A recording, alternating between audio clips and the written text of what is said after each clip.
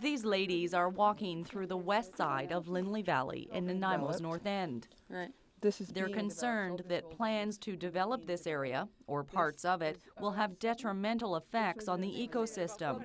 There are approximately 400 acres at stake, some sections of which are already being cleared for development. Other sections are privately owned and are part of Nanaimo's urban reserve. 190 houses will be built here.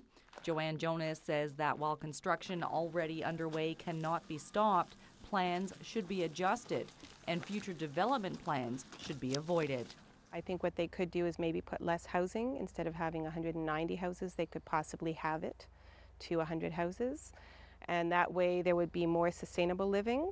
There would be more nature around the houses. I think it would be more, I think people would want to live there if it was a little bit closer to nature. The guidelines are fairly strict. They require the hiring of professional biologists and environmental scientists to develop the plan. In the case of the property on Rutherford Road, they also have to get permits from the province, and they actually have an application in with the province at the moment.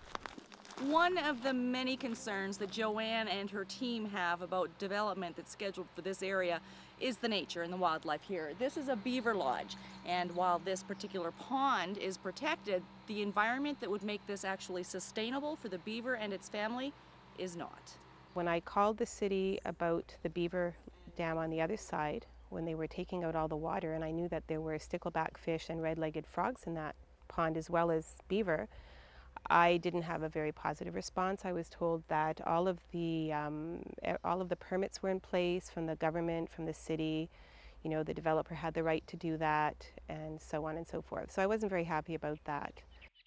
In our official community plan, we have what are called design guidelines and development permit areas. And there's a development permit area for environmentally sensitive areas and also for steep slopes.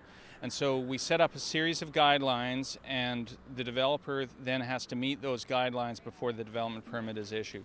Support is growing for what the team to save Linley Valley West is doing, and their dedication is steadfast. There's more than me now, so it's really helpful. Yeah, so we'll take it as far as we have to go. We'll do our best.